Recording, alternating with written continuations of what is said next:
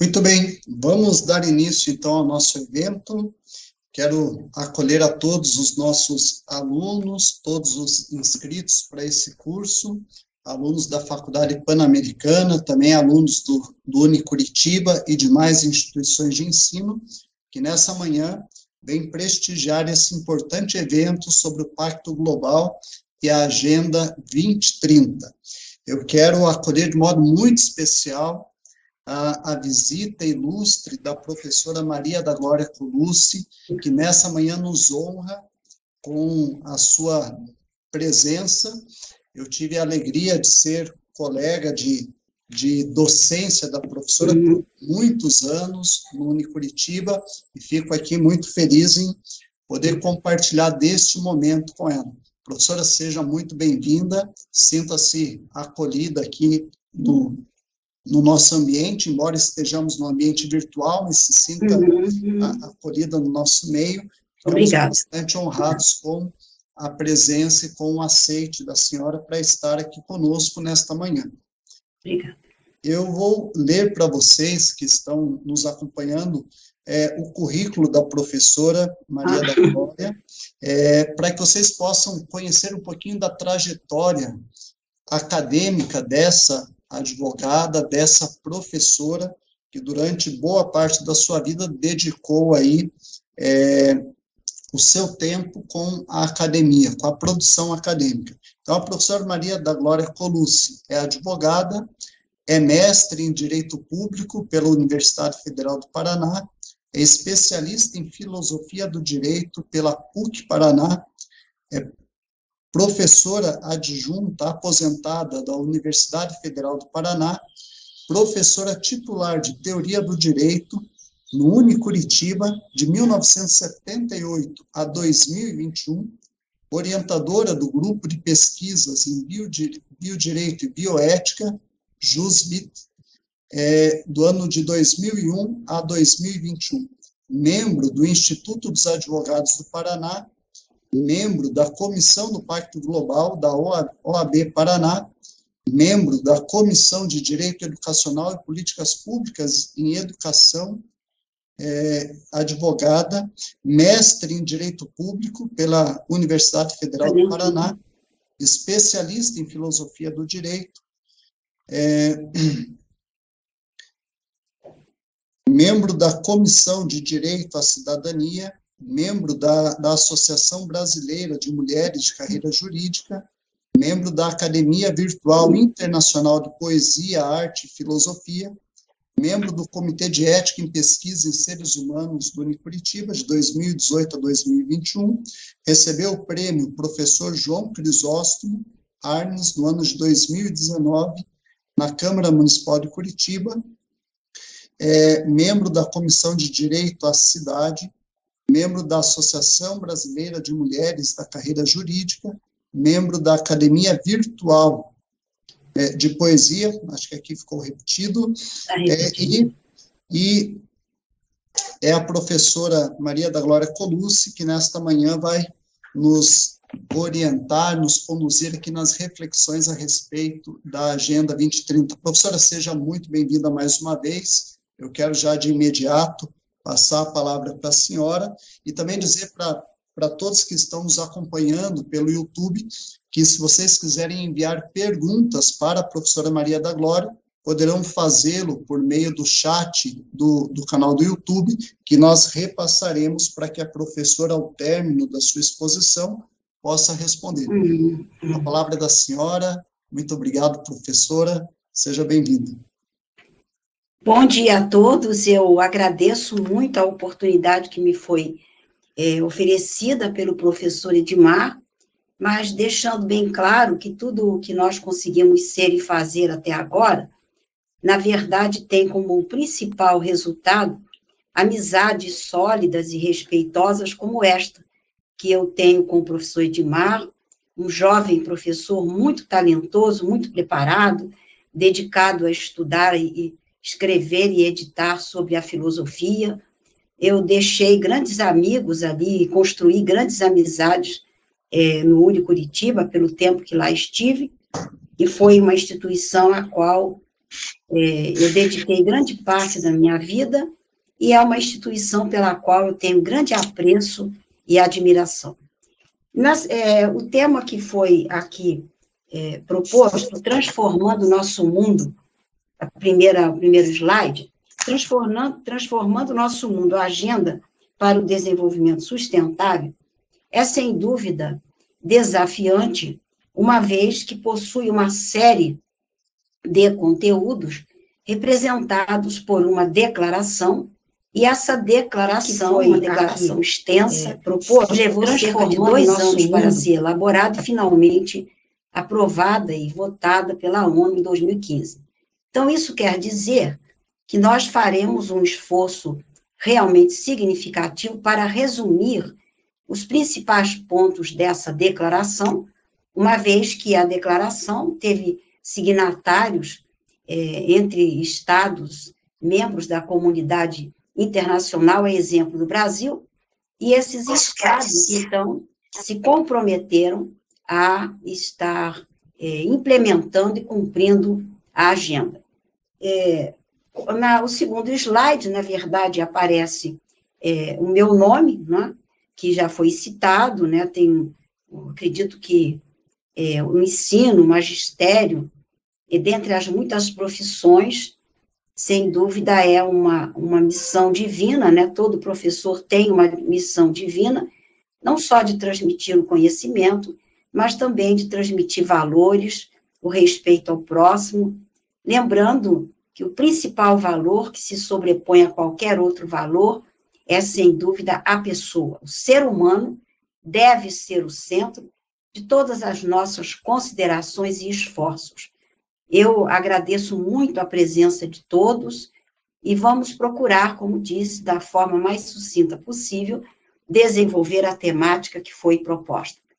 O primeiro slide, que eu intitulei como introdução, na introdução, na verdade, eu gostaria que o professor colocasse a introdução. Na introdução, a Agenda 2030, eu coloquei lá, solicito que ele coloque o slide que está escrito introdução, e esse slide, na verdade, oferece aqui uma síntese do que nós vamos comentar. Eu começo dizendo que a Agenda 2030 é uma agenda política ampla e universal. Ela é uma agenda política porque nós sabemos que ela é direcionada para os Estados-membros da comunidade internacional. Então, a Agenda 2030, ela possui como destinatários para sua execução e cumprimento os Estados-membros da comunidade internacional, a exemplo do Brasil. Diferentemente, como vocês terão oportunidade de ver com a professora Luciane Trípia, proximamente, o Pacto Global é mais direcionado às empresas e às instituições privadas dos países. Então, diríamos que o Pacto tem uma área de atuação microeconômica, e ao passo que a agenda possui uma área de atuação macropolítica. Trata-se essa agenda exatamente de uma espécie de um livro ou caderno em que se anota dia a dia o que se tem de fazer. Por exemplo, quem tem uma agenda, anota nessa agenda o que se deve fazer, o que se tem a fazer. Então, esse título, Agenda, tem exatamente essa ideia de aquilo que se deve fazer para se promover o desenvolvimento sustentável. Trata-se de um plano de ação que é focado, sobretudo, nas pessoas, no planeta e na prosperidade. Então, vemos que aparece dentro da agenda como focos específicos, repetindo, pessoas, o planeta, a prosperidade e a paz entre os povos. É por isso que ela tem essa denominação, transformando o nosso mundo, a Agenda 2030 para o Desenvolvimento Sustentável. E quem desejar conhecer mais esses conteúdos, poderá consultar diretamente no site da ONU, onde a agenda se encontra. Na sequência, no slide seguinte, nós vamos ver que a agenda ofereceu antecedentes. Vou solicitar que seja colocado o segundo slide, aonde eu mencionei ali os antecedentes. Porque antes dessa agenda existir, houve outros documentos internacionais de grande importância. Então, temos aqui esses antecedentes, né? Vamos esperar que o professor viabilize esse slide onde está escrito antecedentes. Eu estou fazendo a mudança, professora, para a senhora não está aparecendo? Não, aqui só tem introdução, só. Então, mas está aparecendo para todos? Se estiver, não tem importância. Deixa então eu só mudar o modo de compartilhamento, professora, só um segundo. Não faz mal, professor. Uma vez que esteja aparecendo para todos, né, isso é minha preocupação. Então, vamos dar continuidade. Eu coloco como sendo antecedentes, o mais próximo deles foram os Objetivos de Desenvolvimento do Milênio.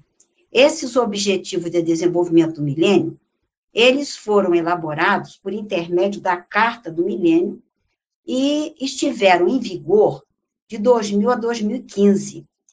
Na verdade, esse Objetivo de Desenvolvimento do Milênio, eles eram apenas 8 objetivos que foram identificados como sendo 8 jeitos de mudar o mundo.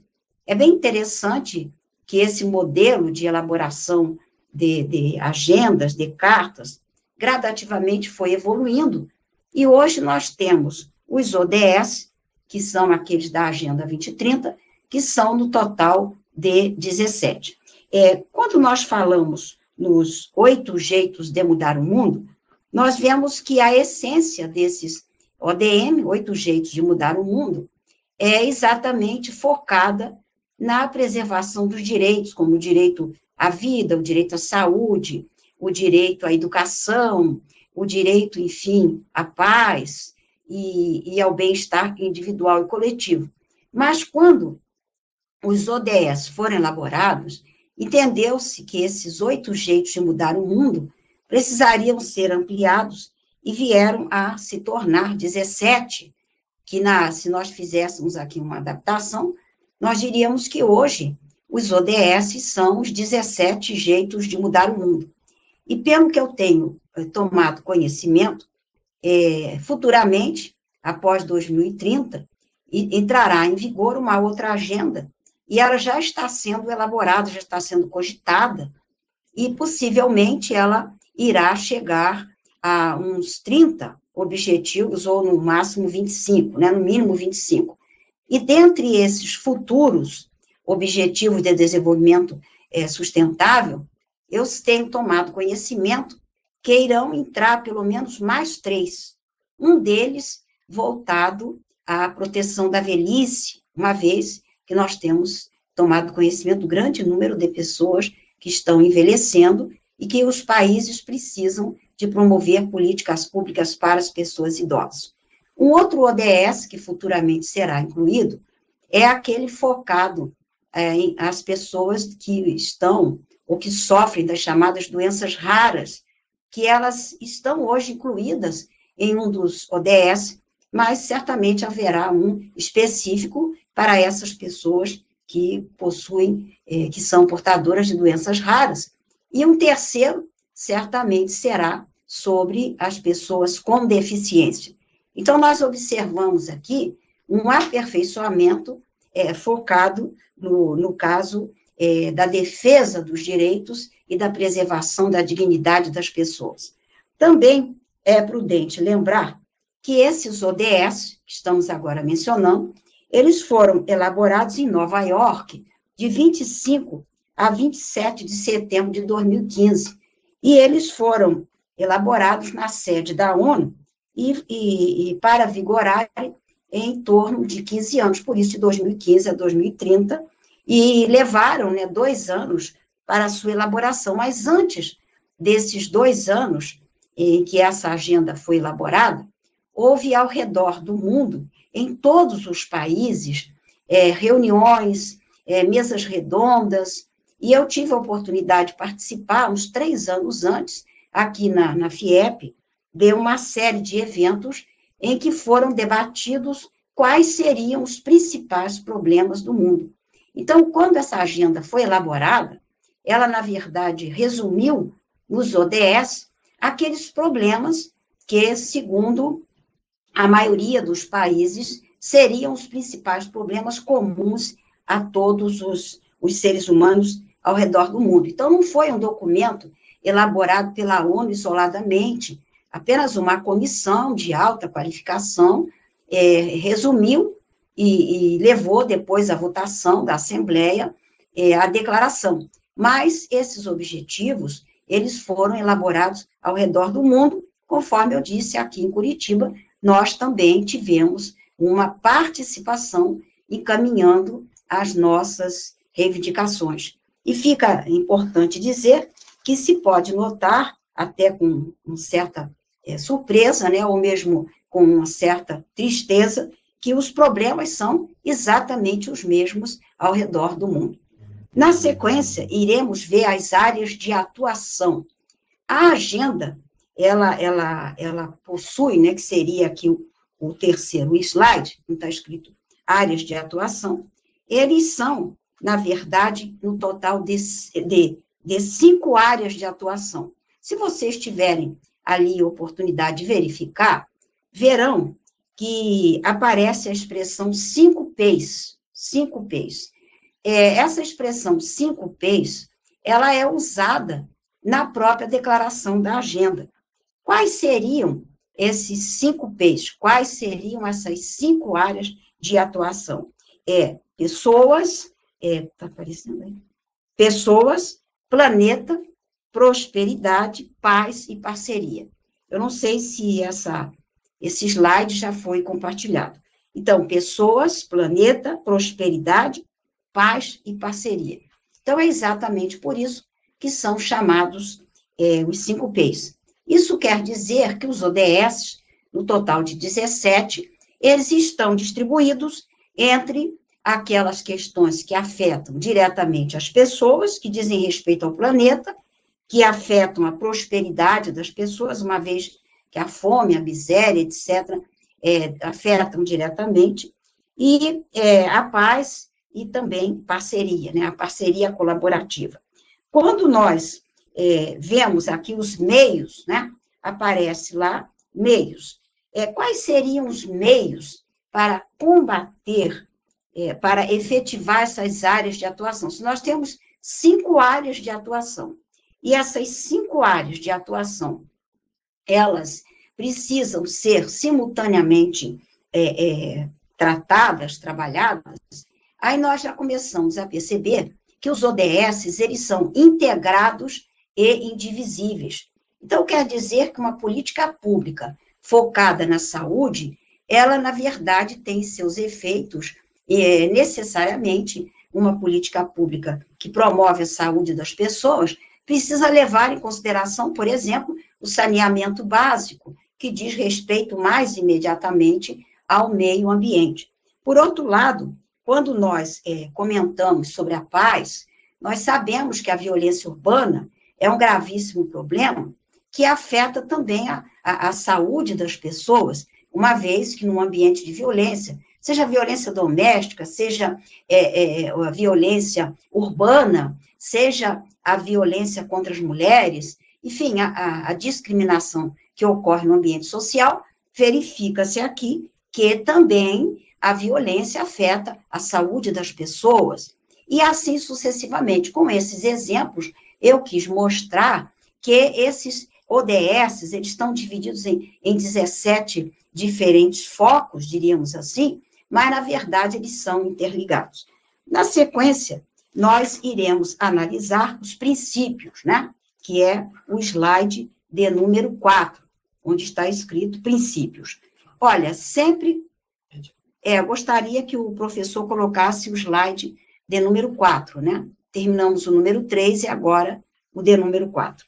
Bem, está escrito ali 4 e escrito princípios, né? Princípios.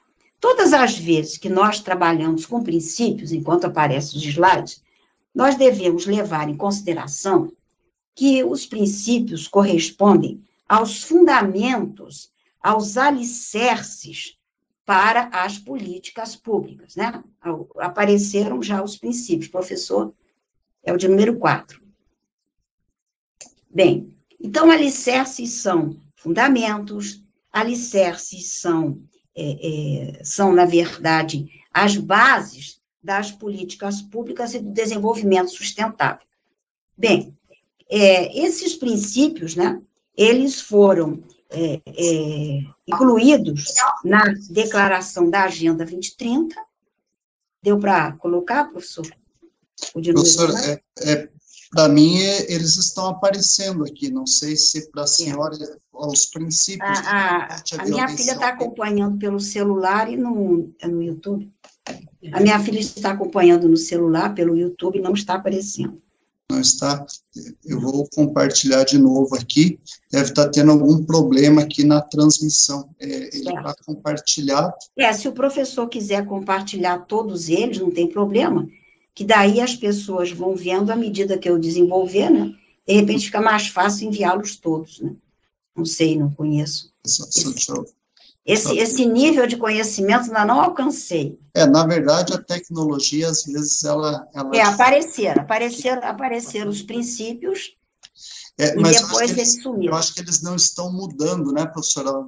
Veja não, eles estão parados. Agora está no 2, antecedentes, aí faltaram o 3, mas faltaram o 3 e o 4. Agora o 4, né, a gente pode falar sobre os princípios. São os princípios. Como eu estava dizendo, as políticas públicas e o desenvolvimento sustentável precisam ser promovidos, todavia, eles precisam ser embasados em determinados princípios. Aí vemos aqui que quando a declaração da Agenda 2030 foi elaborada, ela baseou-se no seguinte: primeiro, na Carta das Nações Unidas. A Carta das Nações Unidas, ela foi elaborada em 1945, após as duas grandes guerras. À frente, em 1948, foi elaborada a Declaração Universal dos Direitos Humanos. Mas esses dois documentos internacionais importantíssimos, eles foram seguidos de vários tratados internacionais, e, finalmente, da Carta do Milênio, no ano 2000, que já referimos, e até os dias de hoje, a agenda, nós tivemos inúmeros documentos internacionais que foram, na verdade, desdobrando aquela Carta das Nações Unidas de 1948, 1945, quando a ONU foi criada, e depois a Declaração Universal dos Direitos Humanos.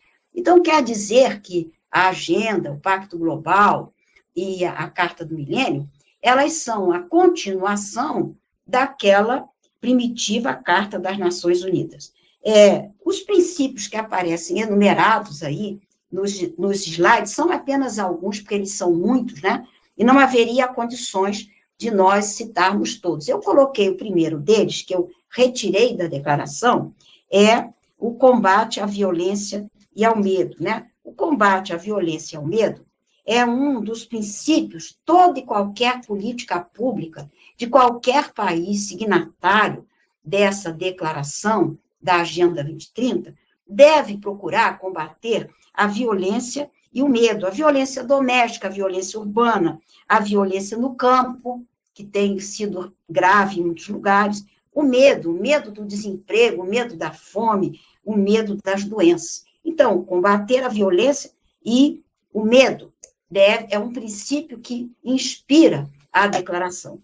Um outro princípio diz respeito à promoção da educação de qualidade, né? A promoção da educação de qualidade é essencial. O nosso país tem um déficit muito grave nessa área, com um grande número de pessoas analfabetas, ou mesmo daquelas pessoas que têm apenas letramento, mas não conseguem entender um texto. Então, promover a educação de qualidade deve ser um dos princípios que embasarão esses estados signatários da agenda quando estiverem ali projetando as suas políticas públicas. Um terceiro princípio é a saúde e proteção social, né? Nós vemos ali a saúde de idosos, de pessoas com deficiências, dos índios, pessoas em situação de rua, né? Nós vemos que essas pessoas, que são pessoas vulneráveis, que possuem uma vulnerabilidade econômica, social, uma vulnerabilidade física, moral, essas pessoas precisam receber do Estado uma força mais, digamos assim, significativa desse embasamento das políticas públicas. Então, apareceram, professor, os princípios, aqui, saúde e proteção social, seria. Bem, agora pode colocar a continuação dos princípios mais à frente, justiça, igualdade e não discriminação. Agora ficou ótimo, professor. Justiça, igualdade e não discriminação. Nós sabemos que a injustiça aparece de diversas formas, e muitas vezes não nos deparamos que não ter acesso aos direitos é uma forma de injustiça. Então, o primeiro patamar é oferecer acesso à justiça, tratar a todos com igualdade e não discriminação. Então, nós vemos hoje sérios problemas relacionados ao racismo, ao etarismo, né, expressão essa que quer significar discriminação em razão da idade. Então, racismo, etarismo, homofobia, e também verificamos aqui que a sociedade precisa ser trabalhada no sentido de entender que todos são iguais, e que, sendo iguais, cada um tem a sua opção de vida de acordo com seus valores, com seus princípios e com as suas escolhas pessoais, e isso deve ser respeitado. Também aparece ali o desenvolvimento inclusivo, e a agenda deixa muito claro que o desenvolvimento não é um processo, é uma cadeia de atos, né? Portanto, é um processo. O desenvolvimento inclusivo, ele é decorrente não apenas da ação do Estado, das ações políticas, das autoridades, das instituições, mas o desenvolvimento inclusivo, ele deve ser resultado da participação de todos. Então, havendo a participação de todos, todos irão igualmente, é um dos princípios que aparece aqui, todos igualmente deverão participar, não só do desenvolvimento, da produção desse desenvolvimento, mas também da distribuição, porque nós vemos frequentemente o caso dos trabalhadores que envidam seus esforços, trabalham em condições subhumanas, e no momento da distribuição dos benefícios decorrentes do desenvolvimento, essa distribuição não chega até eles. Então, eles trabalham, por exemplo, construindo casas, construindo prédios, edifícios magníficos, mas eles moram numa casa de taipa, moram numa situação sem ter acesso às condições mínimas e dignas da pessoa humana. Então, isso é uma coisa absurda, isso aí já vem de longa data sendo explorado e criticado, né? E vemos isso desde a época de Marx e Engels, que já se falava nessa necessidade de todos terem acesso a esses bens e serviços produzidos por todos, mas nós sabemos que esse desenvolvimento inclusivo ainda é uma utopia, mas que as políticas públicas dos estados signatários da declaração deverão se empenhar no sentido de que todos participem produzindo, mas que todos participem também recebendo os resultados, os frutos do desenvolvimento. Quanto ao trabalho decente, essa expressão trabalho decente, ela é uma expressão que aparece na nossa lei, e ela é uma expressão também que aparece em uma resolução da ONU. Então, se alguém quiser saber o que é trabalho decente, haverá ali condições de examinar na própria ONU uma resolução que reconheceu o que é o trabalho decente. Olha, o trabalho decente, a palavra decente, quer dizer digno, quer dizer em condições de igualdade entre homens e mulheres, consideradas as suas diferenças.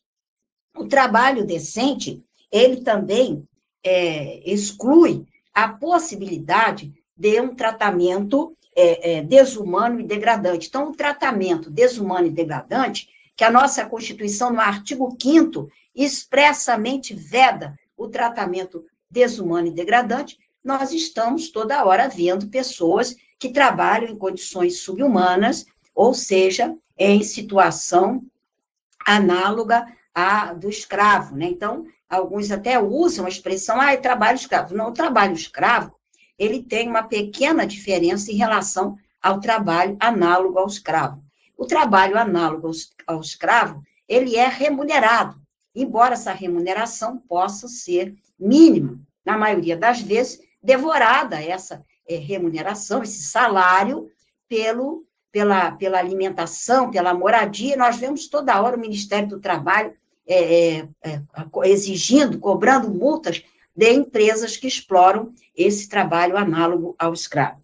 Também o respeito aos direitos humanos, isso aparece ao longo de toda a agenda. Esse respeito aos direitos humanos são aqueles direitos humanos que já foram, como nós já citamos, consagrados desde a Carta das Nações Unidas, em 1945, desde a Declaração Universal dos Direitos Humanos, em 1948, e uma sequência de diferentes diplomas legais. Agora, eu quero dar um realce que essa enumeração de princípios, todos esses princípios que estão aí, eles estão presentes na nossa Constituição de 1988. A nossa Constituição de 1988, denominada Constituição Cidadã, embora ela sendo de 1988, portanto, antes da Carta do Milênio, que consagrou ali os ODM, do ano de 2000, antes da Agenda, que é de 2015, todos esses princípios aí, eles já estão na nossa Constituição. Por exemplo, eu me referi à questão da violência. Artigo 144 da nossa Constituição reconhece que o direito à integridade física, patrimonial, é direito de todos e dever do Estado e da sociedade. Quanto à educação, artigo 205 da Constituição. A nossa Constituição diz assim: a educação é direito de todos e dever do Estado e da família. A família levar a criança para estar na escola. A saúde e a proteção social, artigo 196 da Constituição. A justiça, igualdade e não discriminação, artigo 4º da Constituição. Esse artigo 4º da Constituição estabelece quais são os objetivos da República Federativa do Brasil. Diz assim, o artigo 4º, na verdade, artigo 3º, desculpe, porque o artigo 4º é na esfera internacional. Na esfera interna, o artigo 3º da nossa Constituição diz o seguinte, que cabe à República Federativa do Brasil promover o bem de todos, sem preconceitos de origem, raça, sexo, cor, idade e qualquer outra forma de discriminação. Então, vejam, repito, a nossa Constituição é de 1988 e já previa a não discriminação. A igualdade diz respeito ao artigo 5º da Constituição, todos são iguais perante a lei.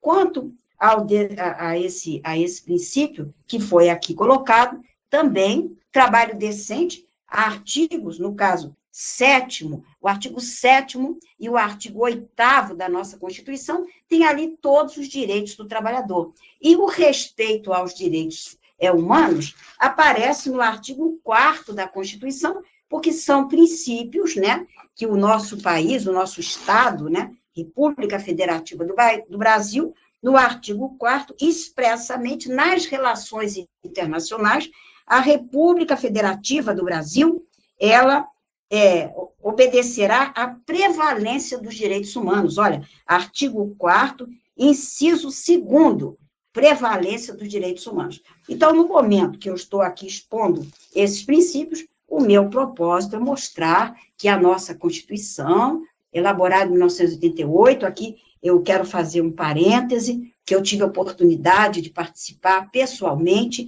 daquele movimento Diretas Já, e a então Faculdade de Direito de Curitiba, da qual tive a honra de ser diretora a primeira mulher diretora quando a faculdade fez 50 anos, mas, na verdade, quando houve esse movimento direto já, e a nossa Constituição de 1988 foi elaborada, a Faculdade de Direito de Curitiba teve um protagonismo muito significativo, porque nós ali, professores, elaboramos uma série de sugestões que foram encaminhadas a Brasília. O então diretor, nessa ocasião era outro diretor, o professor Werner Rocha, ele foi a Brasília, entregou na mão do nosso presidente da Assembleia Nacional Constituinte, o então deputado Ulisses, né, que recebeu todas as propostas que nós encaminhamos e que foram elaboradas aqui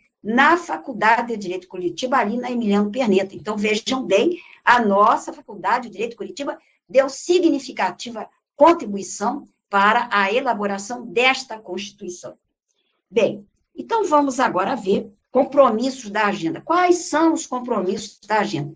Que é o slide de número 5. Nesse slide de número 5, que está assim intitulado Compromissos da Agenda 2030.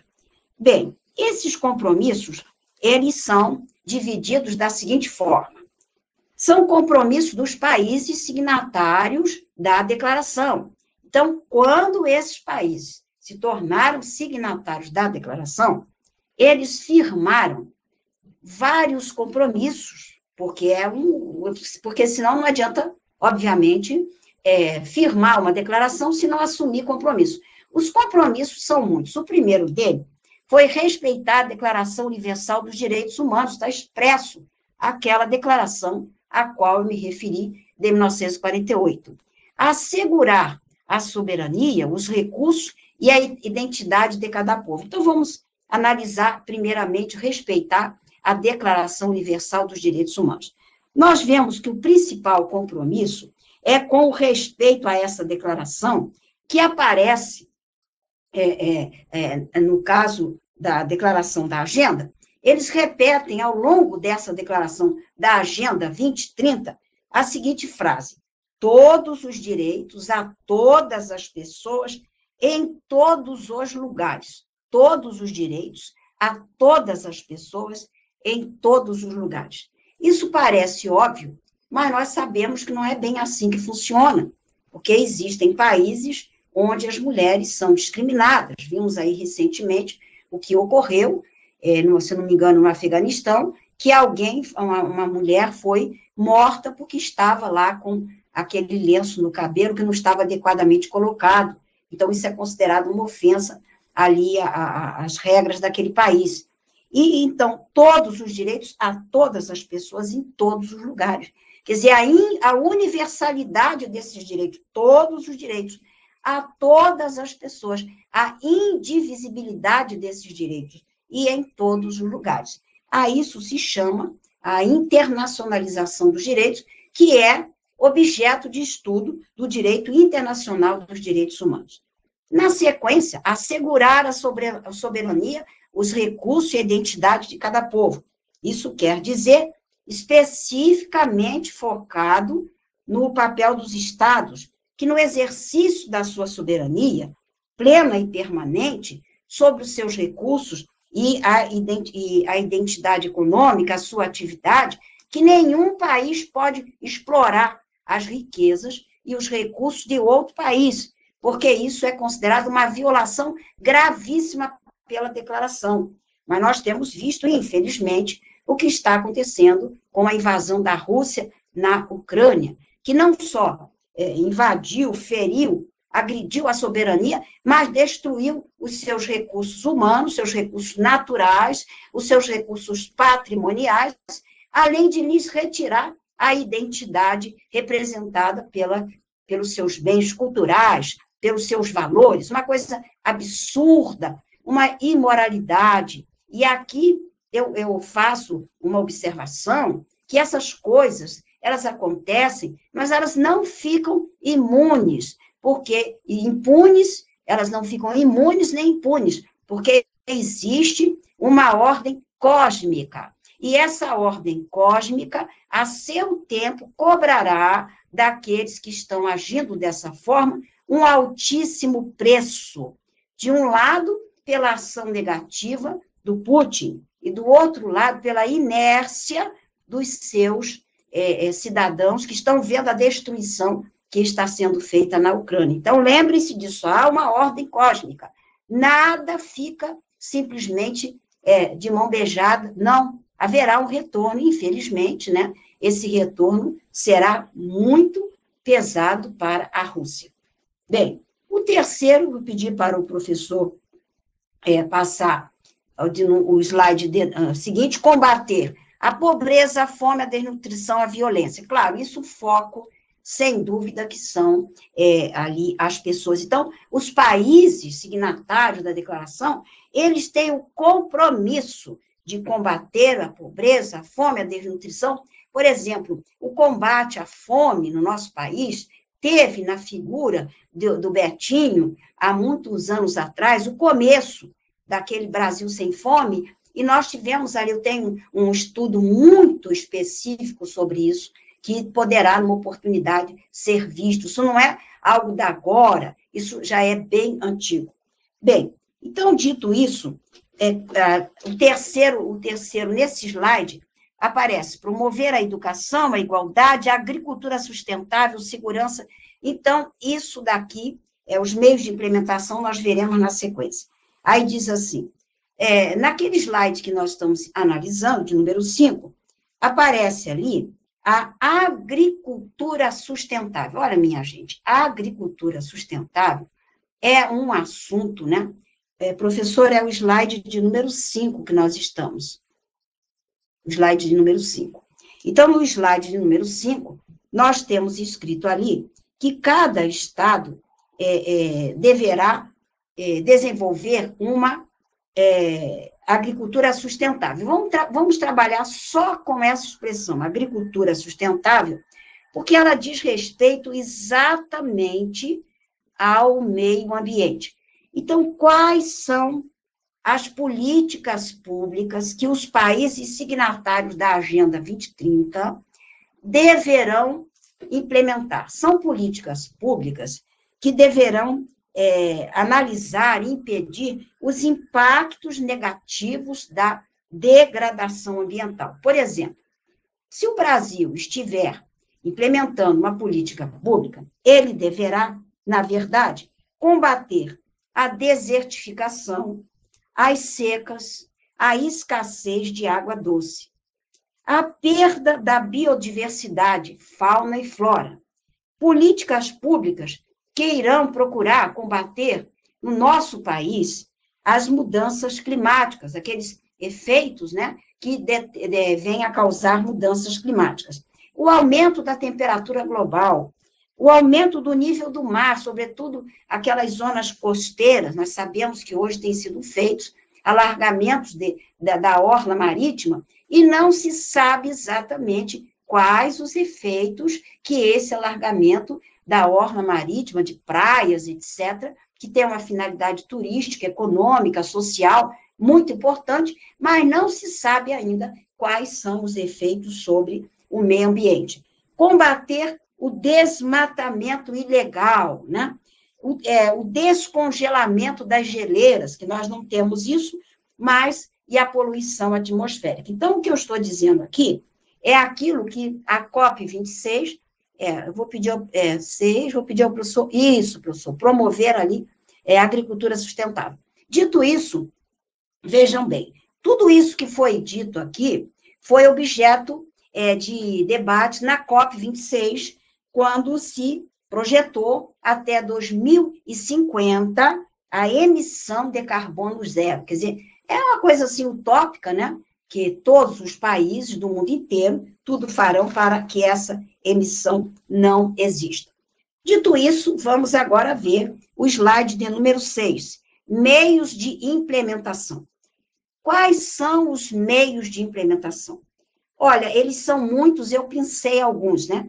Como tornar práticos essas políticas públicas, porque elas são planejadas, né? Elas são projetadas, mas como colocar em prática essas políticas públicas. Aí a própria agenda diz quais são os meios de implementação, porque essa enumeração e essa nomenclatura, ela foi tirada da agenda. Aí aparece lá a expressão parceria global revitalizada. Aqui nós observamos, com bastante clareza, que a Agenda 2030 não está dizendo que até agora não havia parceria global. Ela está reconhecendo que essa parceria global existia, mas ela precisa ser revitalizada. E então a agenda enumera o seguinte: investimentos, promover o compartilhamento das riquezas entre os países e a distribuição equilibrada de renda. Investimentos, os países mais ricos colaborando, investindo com aqueles países em desenvolvimento. Segundo, o acesso à tecnologia, principalmente para os jovens, agora com 5G, não é? E também inovação, capacitação. O que é essa capacitação? É que haja, do plano internacional, aqueles países mais desenvolvidos, eles ofereçam condições de estágio, bolsas de estudo, principalmente para os jovens, para que eles possam viajar e estar em outros países, se prepararem e se capacitarem, e a transferência de tecnologia. Quer dizer, a capacitação, ela abrange os cursos, abrange as bolsas de estudo e abrange também a transferência de tecnologia, que nós sabemos que a transferência de tecnologia de um país, né, altamente desenvolvido para outro, nem sempre ocorre com facilidade. O comércio equitativo, quer dizer, a OMC, Organização Mundial do Comércio, precisa facilitar o acesso desses países em desenvolvimento ao comércio internacional, porque existe costumes internacionais, portanto, não escritos, e existe aquele acordo TRIPS e outros tantos que, na verdade, fecham muito esse comércio, e internacionalmente os países menos desenvolvidos não conseguem desenvolver uma relação equilibrada com aqueles países mais caros, mais desenvolvidos, com tarifas elevadas, né? Também temos aqui, de novo, direitos humanos no trabalho. Essa preocupação é fundamental. Como é que haverá o desenvolvimento sustentável se os países não tiverem esse cuidado com o respeito aos direitos humanos no trabalho? Que isso, acredito, será devidamente explorado pela professora Luciane Trípia, quando trabalhar um dos princípios do Pacto Global, que é exatamente o respeito aos direitos humanos. Agora vejamos o slide de número 7, Objetivos de Desenvolvimento Sustentável. Nós falamos desses objetivos, eles são em número de 17, que nós certamente não iremos desenvolver todos, mas vamos citar, mas cada um deles. Eu trabalhei uma disciplina no então Unicuritiba, onde eu estava, que para cada aula, que são aulas geminadas, eu desenvolvi um objetivo. Então, por exemplo, o objetivo da saúde, o objetivo da educação, o objetivo do empoderamento feminino, para cada aula, eu desenvolvi um objetivo desse. Então, nós teríamos aqui, na verdade, 17 situações diferentes para trabalhar os objetivos, que, obviamente, isso não é possível se fazer agora. Bem, o que eu posso... Eu procuro dar uma definição. O que são esses objetivos de desenvolvimento sustentável?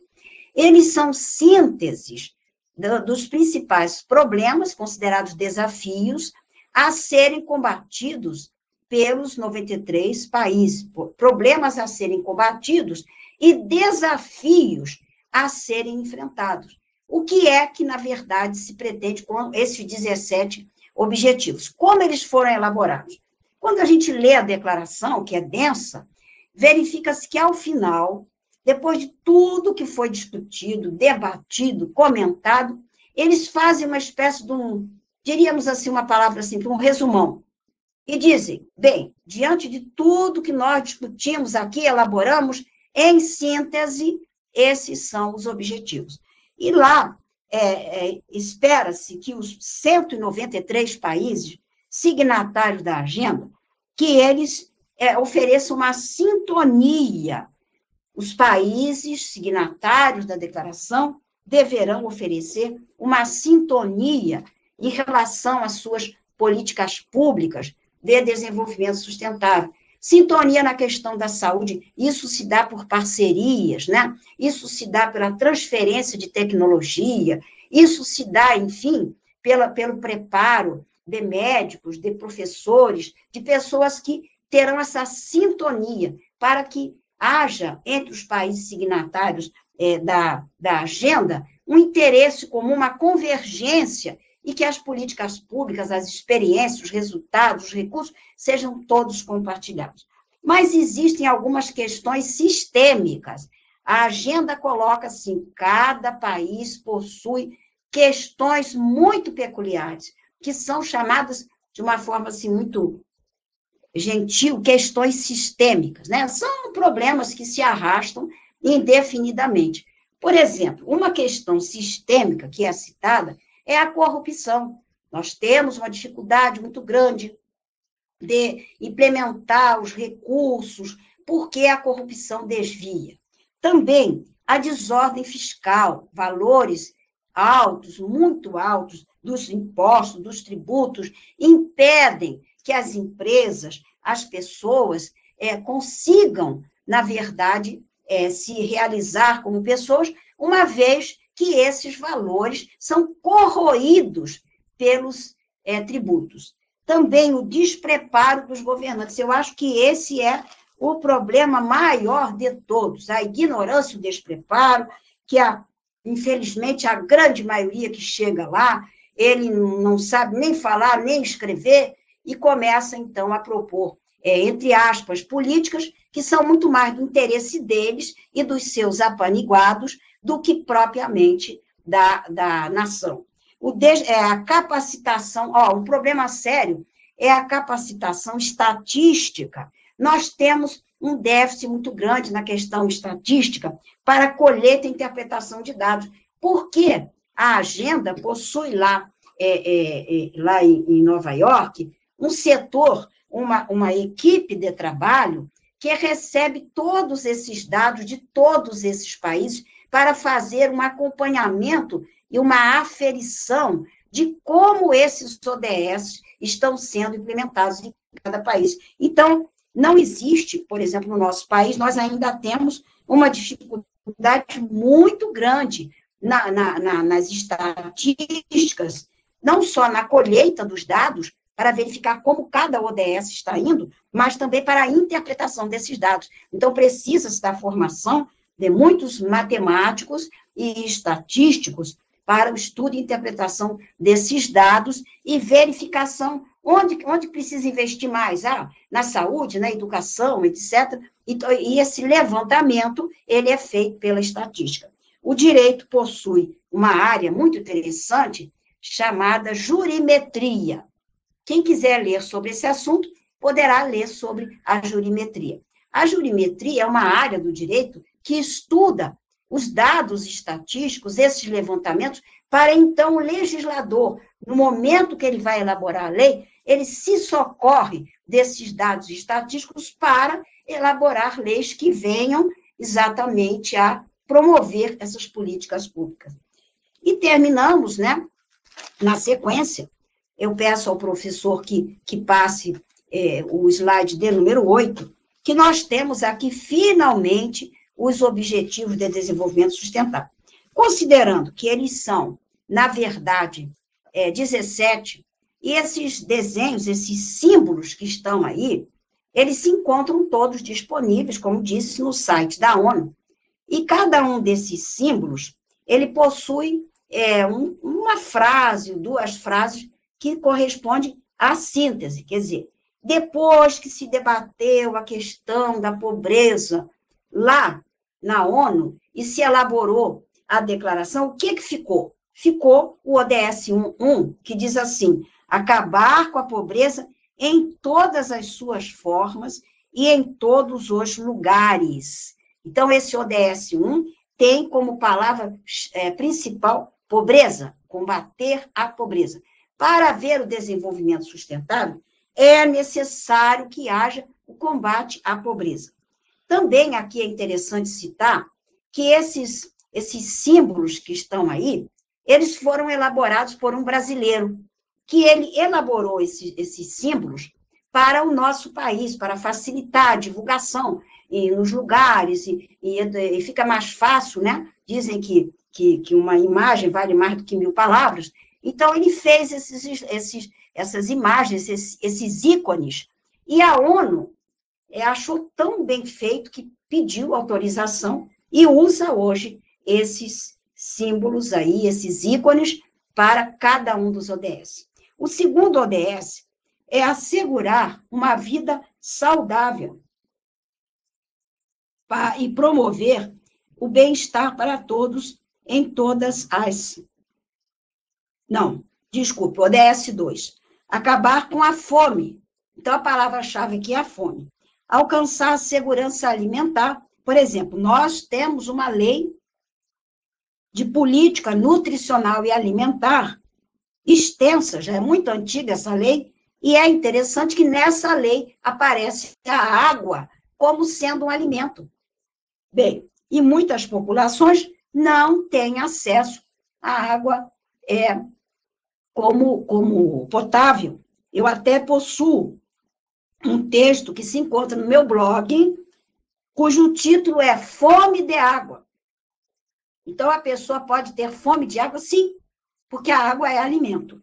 Aí vemos melhorar a nutrição e promover a agricultura sustentável. Terceiro ODS, o foco é a saúde, assegurar uma vida saudável e promover o bem-estar para todos em todas as idades. O quarto, garantir educação, palavra-chave, educação inclusiva e equitativa de qualidade, não é qualquer educação, mas de qualidade, e promover oportunidades de aprendizado ao longo da vida para todos. Quinto ODS, alcançar igualdade de gênero e empoderar todas as mulheres e meninas, quer dizer, igualdade. Igualdade, que é o que nós já vimos, artigo 5º da Constituição. ODS 6, garantir disponibilidade e manejo sustentável da água e saneamento para todos. Então, aqui, a água é alimento e o saneamento também é saúde. ODS 7, garantir acesso à energia barata, confiável, sustentável e moderna para todos. Eu esclareço aqui que aparece, eu diria assim, no rodapé, né, desses slides, uma referência ao Rubicandaras Colucci, blogspot.com, e todos esses temas que estão aí, eu tenho ensaios sobre eles. Só eu que escrevo, publico, porque o que está lá, eu respondo pelo que está escrito lá. Nesse blog, eu analiso cada um desses ODS. A última vez que eu estive lá verificando, eu tinha mais de 200 ensaios sobre os mais diferentes temas, uma vez que eu estou sempre escrevendo e falando sobre o assunto. Então, quem quiser ler sobre cada um deles, é só colocar meu nome, colocar o ODS e o texto está lá. ODS 8, promover o crescimento econômico sustentado, inclusivo e sustentável, emprego pleno e produtivo e trabalho decente para todos. Vejam bem que eles pensaram os princípios e transformaram em ODS. Então, promover o crescimento econômico sustentado, inclusivo e sustentável, emprego pleno e produtivo e trabalho decente para todos. ODS 9 é construir infraestrutura resiliente. Essa palavra resiliente tornou-se ultimamente assim muito comum, né? Uma cidade resiliente é aquela que possui adaptabilidade às circunstâncias novas. Então, se uma cidade é feita, elaborada, de maneira que há uma enchente, um desabamento, todo mundo fica prejudicado, não existe previsão, não existe planejamento, então essa cidade ela não é resiliente, porque qualquer mudança que ocorre, ela fica desestruturada. As modernas cidades, como hoje são chamadas, né? Smart cities. Eu tenho muita coisa escrita sobre smart cities. Temos ali as cybers, né? Cities, que são aquelas cidades que são todas informatizadas. Então, tudo isso aparece como sendo uma exigência do desenvolvimento sustentável. Uma cidade que oferece mobilidade, uma cidade que oferece parques, que oferece proteção do meio ambiente.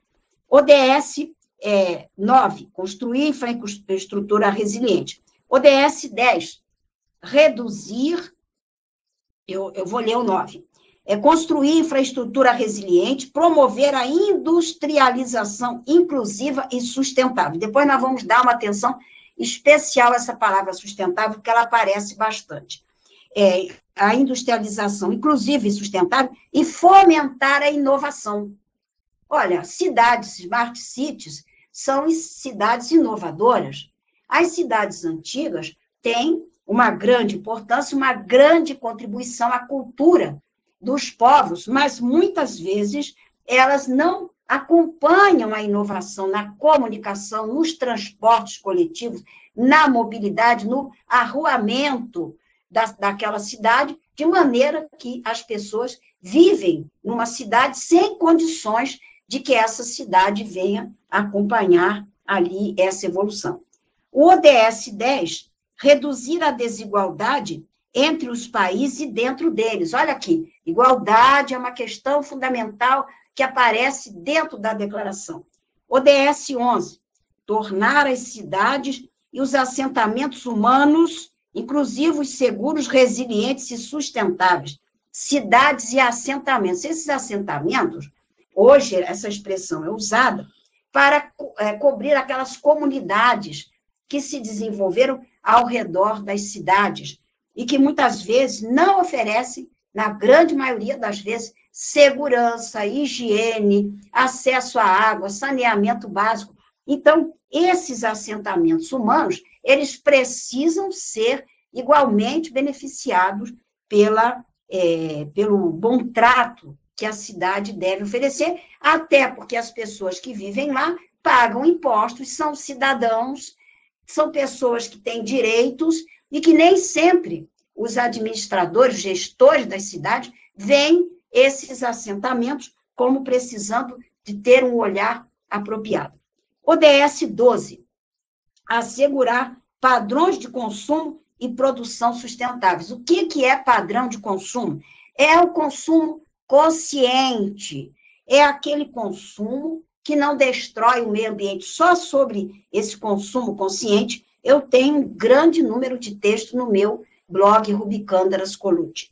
ODS 13, tomar medidas urgentes para combater a mudança de clima e seus impactos. Olha, sobre impactos, a OAB publicou pela comissão, a nossa comissão do Pacto Global, ela possui 2 volumes em que todos esses ODS foram examinados por diferentes autores. Eu escrevi e publiquei lá um texto sobre desertificação, que é um problema seríssimo no Nordeste brasileiro, a desertificação com o movimento das dunas, né? Que as cidades estão desaparecendo cobertas de dunas. Então, quem tiver interesse, poderá acessar o site da OAB e verificar lá sobre a desertificação.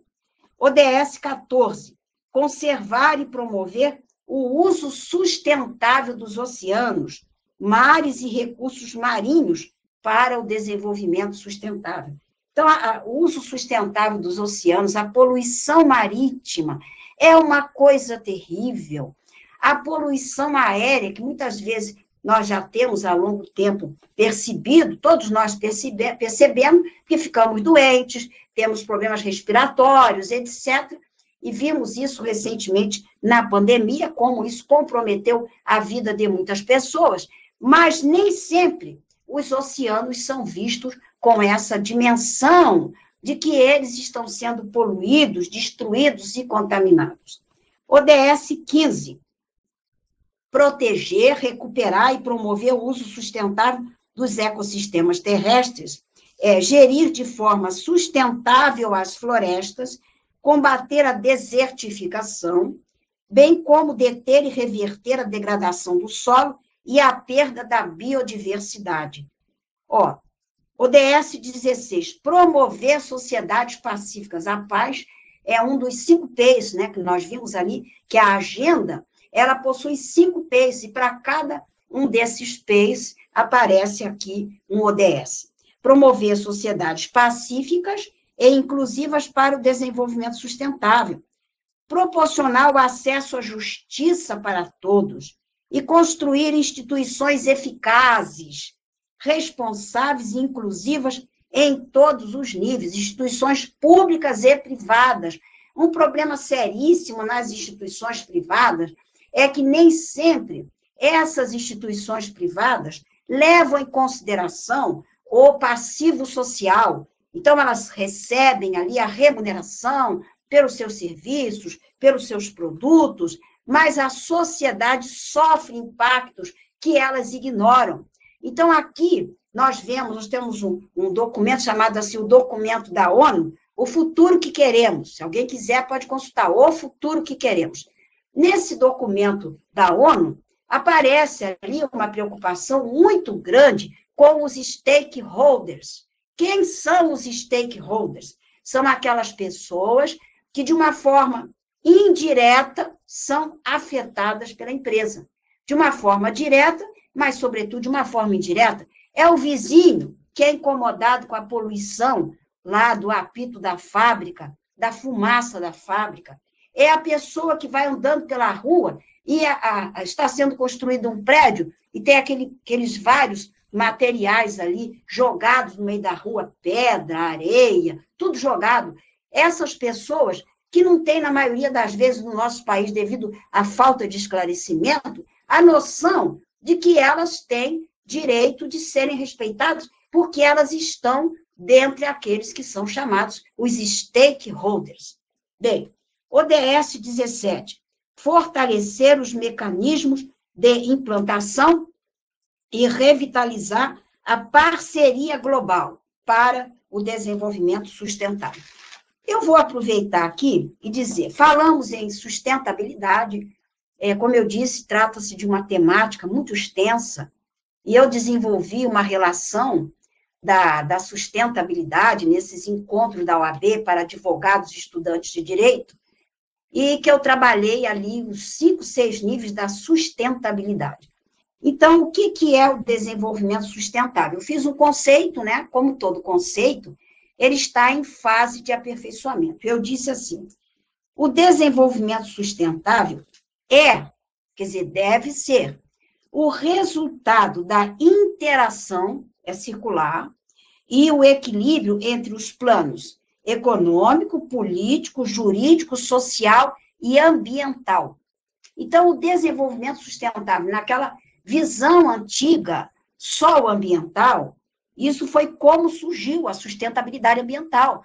Hoje fala-se em sustentabilidade política, econômica, social, cultural e, obviamente, jurídica. Então, o desenvolvimento sustentável é o resultado da interação e equilíbrio entre os planos econômico, político, jurídico, ambiental e social, na promoção da pessoa e do meio ambiente. Essencial a quê? Para que serve o desenvolvimento chamado sustentável? Isso a nossa Constituição já tinha incluído no artigo 225.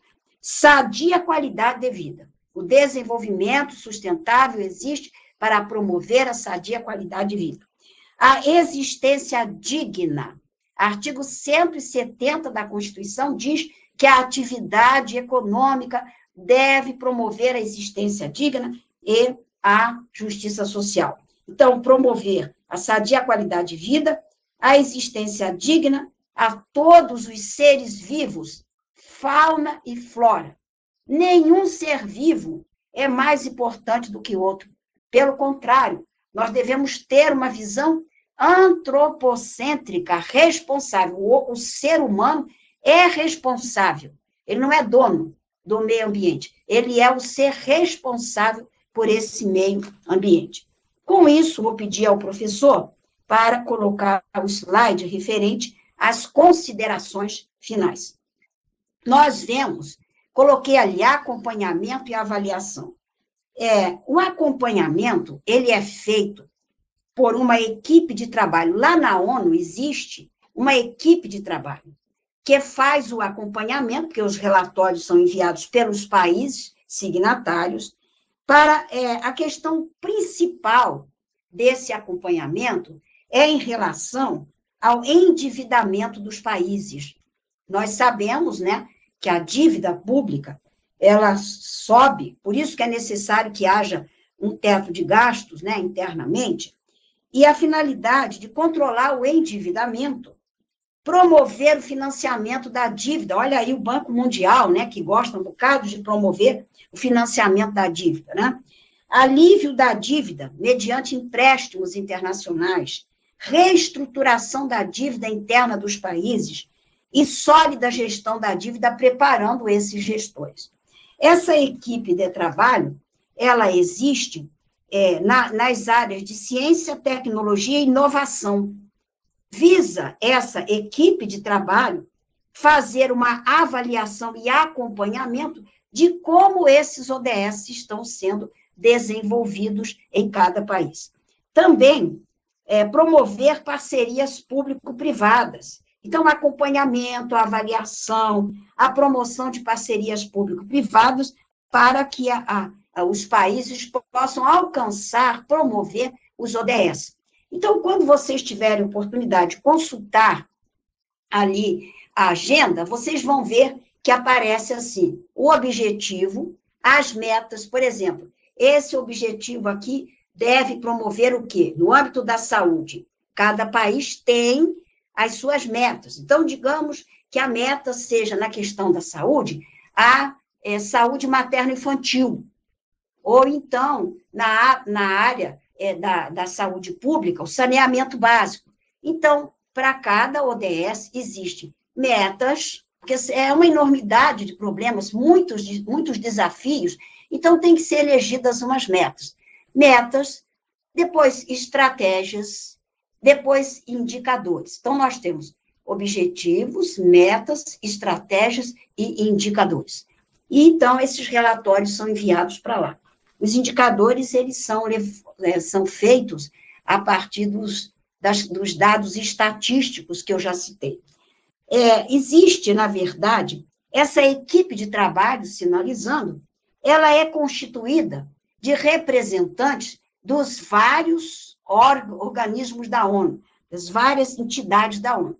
Então, nessa equipe de trabalho que faz a avaliação da evolução dos ODS dos vários países, nós temos o integrante do PNUD, Programa das Nações Unidas para o Desenvolvimento, PNUMA, Programa das Nações Unidas para o Meio Ambiente, ONUD, Organização das Nações Unidas para o Desenvolvimento Industrial, UNESCO, que nos interessa particularmente, Organização das Nações Unidas para a Educação, Ciência e Cultura, UNCTAD, Conferência das Nações Unidas sobre Comércio e Desenvolvimento, o ITE, União Internacional de Telecomunicações, e OMPI, Organização Mundial da Propriedade Industrial, e a Organização Mundial de Saúde, OMS, a Organização Mundial do Comércio, OMC.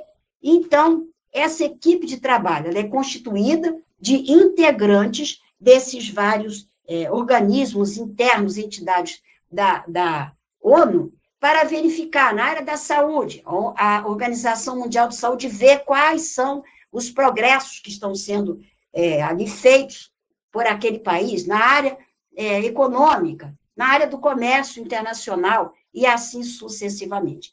A Constituição brasileira, ela, sem dúvida, como eu citei ao longo do nosso texto, ela é formada por princípios. Os princípios começam do artigo 1º até o artigo 4º.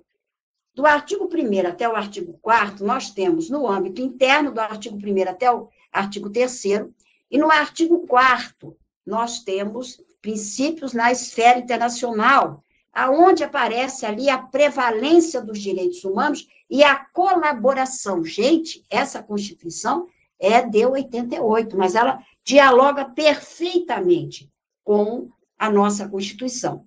Quanto aos direitos, nós temos ali os direitos sociais, artigo 6º. É interessante o seguinte, os ODS, eles correspondem exatamente aos direitos sociais que estão no artigo 6º da Constituição. E as políticas públicas, o que são elas?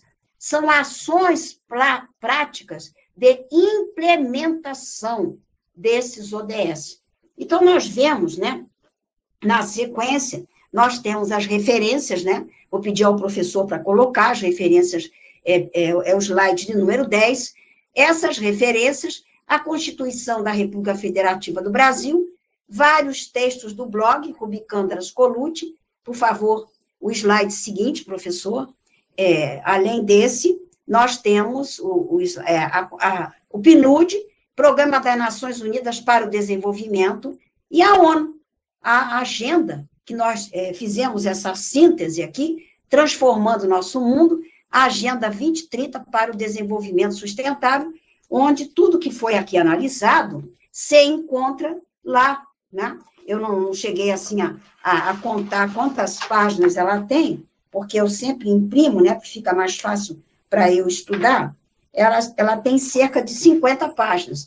Então, o que nós fizemos hoje foi uma síntese dessas 50 páginas da declaração Transformando o Nosso Mundo, Agenda 2030.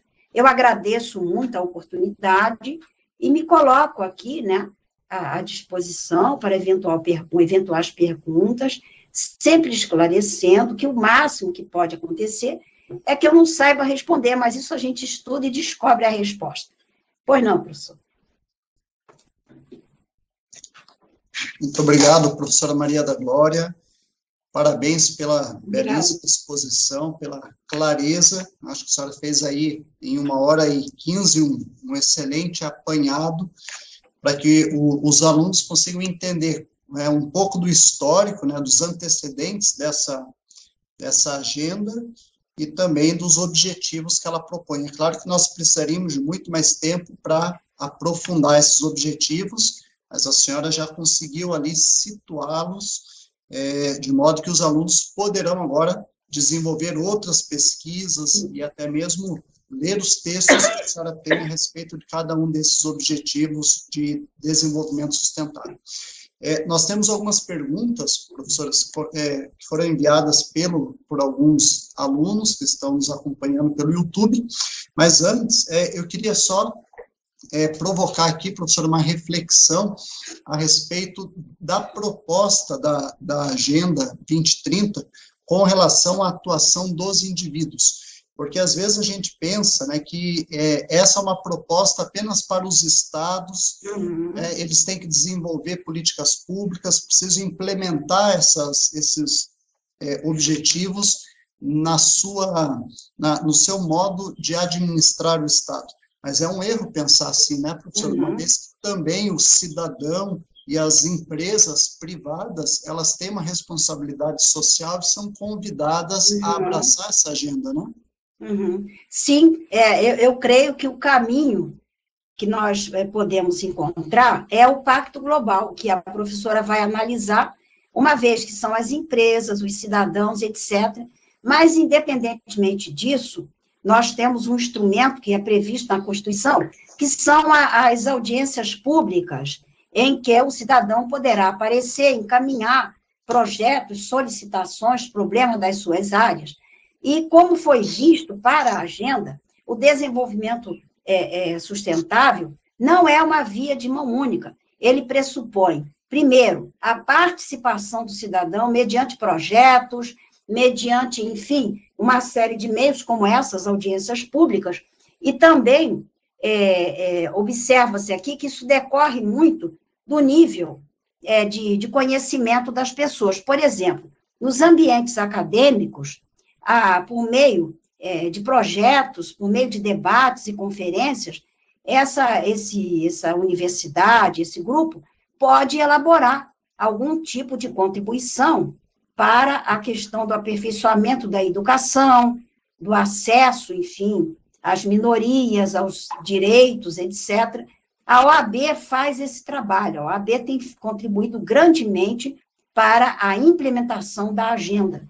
Mas, como eu disse, a ação da agenda é macropolítica e a ação do Pacto Global é microeconômica. Então, eu acho que seria uma forma, né? As políticas públicas deveriam ser provocadas pela ação dos cidadãos. Muito interessante essa pergunta que está aí. Mas tudo depende da educação, né, professor, do conhecimento, que é um grande problema entre nós. A senhora, inclusive, falou, né, professora, da falta de informação, de conhecimento mesmo dos gestores públicos, né? Sim, então, às vezes, eles têm muita dificuldade de compreender a importância de iniciativas como essa, né? E às vezes, até o básico, assim, acaba faltando para esses gestores. Então, a participação cidadã é fundamental para que a gente possa criar uma pressão, né? Uma pressão cidadã sim. exigir a implementação dessas ODS. Sim. Professora, nós temos uma pergunta aqui que foi enviada pelo chat, da Thelma Piragini. Ela pergunta se, ela primeiro elogia a palestra. Obrigada. E depois ela pergunta se há algum projeto em Curitiba que a senhora tenha conhecimento e que os alunos possam participar para se inteirar um pouco mais da Agenda 2030, das iniciativas dessa agenda. Olha, a Agenda 2030, que eu posso dizer, tem a Comissão do Pacto Global da OAB, e essa Comissão do Pacto Global, que a presidente é a professora Luciane Trípia, ela tem um GT, que é um GT de trabalho, que é sobre pesquisa e estudo, e é exatamente nesse GT de trabalho que nós temos ali os encontros de crescimento. Nesses encontros de crescimento, os primeiros agora, né, nós temos um total de 12, eu comecei expondo os grandes problemas e desafios da sociedade contemporânea, chamadas globalizadas, e a cada 15 dias nós temos esses encontros. Então, eles podem participar inscrevendo-se, porque é gratuito, é fácil de acessar, de se inscrever. Nós estamos agora terminando os últimos 4 encontros, e então ali ele pode participar. Depois temos publicações, os livros, né, que já foram publicados, no site da OAB tem esses livros que podem ser lidos, e, por exemplo, um estudante como esse, ele pode perfeitamente publicar um texto. É só ele encontrar um outro professor, etc., não precisa ser necessariamente advogado, uma vez que a comissão tem consultores na área de medicina, na área de antropologia, na área de sociologia. Então, textos que são de outros profissionais foram publicados nesses 2 livros, né, sobre o Pacto Global. Até vou pedir aqui a minha filha, não sei se ela vai localizar, aonde que esses livros estão disponíveis lá, alguns são virtuais, né? Foi aonde eu publiquei esse sobre a desertificação, né? Tem outros textos meus lá, mas eu confesso que não lembro, porque, devido a uma produção muito grande que eu faço, depois que eu produzo, eu esqueço o título, mas eu sei que tem muita coisa, né, sobre isso. Eu amo esse trabalho, né, e elogio a atuação da nossa Batonier, né, a nossa presidente da OAB, que ela acolhe muito bem os estudantes de direito, a presidente da Comissão do Pacto Global, da Comissão da Cidade, que também trabalha com a agenda, com a professora Regina Bacelar. Então, a OAB, para quem é, e também para quem não é, na área jurídica, também é aberto, porque a finalidade da OAB é exatamente divulgar todos esses documentos para a sociedade. Muito bem. E a professora... Muito boa a pergunta. A professora Luciane Trípia estará conosco na semana que vem. Então, vai ser até uma oportunidade para que esses alunos possam conhecê-la e saber um pouquinho do trabalho, né, que a comissão desenvolve aqui a nível de OAB Paraná. Sim, sim. Professora, temos uma outra pergunta também. Pois não. Nosso tempo é um pouco curto, mas o Carlos Alberto Barbosa enviou aqui uma questão perguntando se as iniciativas de ESG e o mercado de carbono, se essas iniciativas estão vinculadas com as práticas da Agenda 2030, e se elas são iniciativas aí, iniciativas privadas, só deixa eu ver a pergunta aqui. As iniciativas de ESG e mercado de carbono estão vinculados com práticas da Agenda 2030, da iniciativa privada e dos órgãos governamentais? Há uma relação entre essas iniciativas e Agenda 2030 ou não? Sim, sim, sim. Essa sigla, né, ESG, no inglês, a tradução, o E é ambiental, o S social, o G é a governança. Então, são aquelas empresas que se preocupam muito com o passivo social, não só o dano que elas causam à sociedade, o caso dos stakeholders, e como também dos danos causados ao meio ambiente. Elas dialogam diretamente, poderíamos aqui até citar, né, assim, um dos ODS, que é a questão dessas empresas, aqui no ODS 16, que diz assim, promover sociedades pacíficas e inclusivas para o desenvolvimento sustentável, proporcionar o acesso à justiça para todos e construir instituições eficazes, olha aí a ESG, responsáveis e inclusivas em todos os níveis. Então, nós vemos aqui os ODS 16 e 17 dialogam diretamente com essas empresas. Elas possivelmente serão abordadas no Pacto Global, porque o Pacto Global, como eu disse, tem esse viés, assim, microeconômico de atuação. Então, através desse viés microeconômico, essas empresas, elas podem fortalecer os mecanismos de implantação e revitalizar a parceria global. Eu tenho textos escritos sobre a ESG no meu blog, e dizendo que tem surgido, ultimamente, um modelo e-business, que são, no caso, aquele negócio chamado inteligente, né? Na verdade, seria né? Negócios inteligentes, IB, Intelligent Business. Esses negócios inteligentes, hoje tudo é inteligente. Até eu comentei o seguinte, as cidades são inteligentes, Smart Cities, né? Os negócios são inteligentes, só as pessoas é que parece que não estão procurando ser inteligentes, porque estão transferindo tudo para o raciocínio do computador.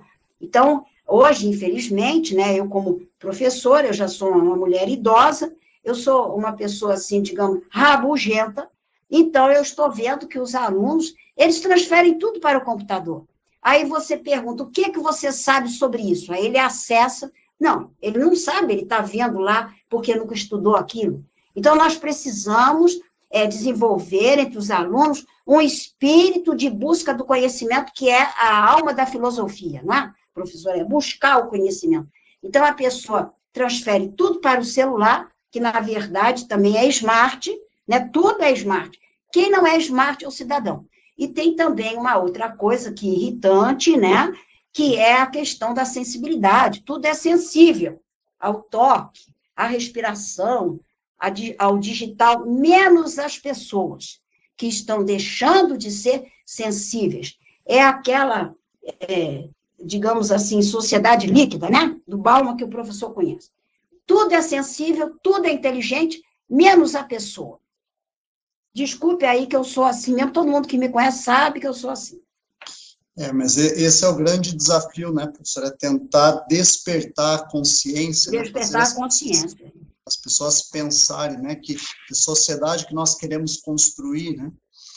Quem nós queremos ser nessa sociedade, né? Já estão falando de um sujeito que vai ser pós-humano, né?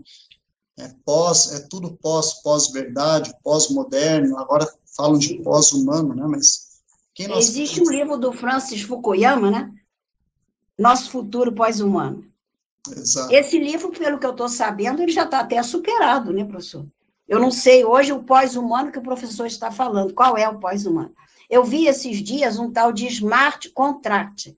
Quer dizer, os contratos têm que ser smart. será que eles eram burros até agora, e agora que vão ficar smart? Viu o absurdo? O senhor está vendo o absurdo, professor?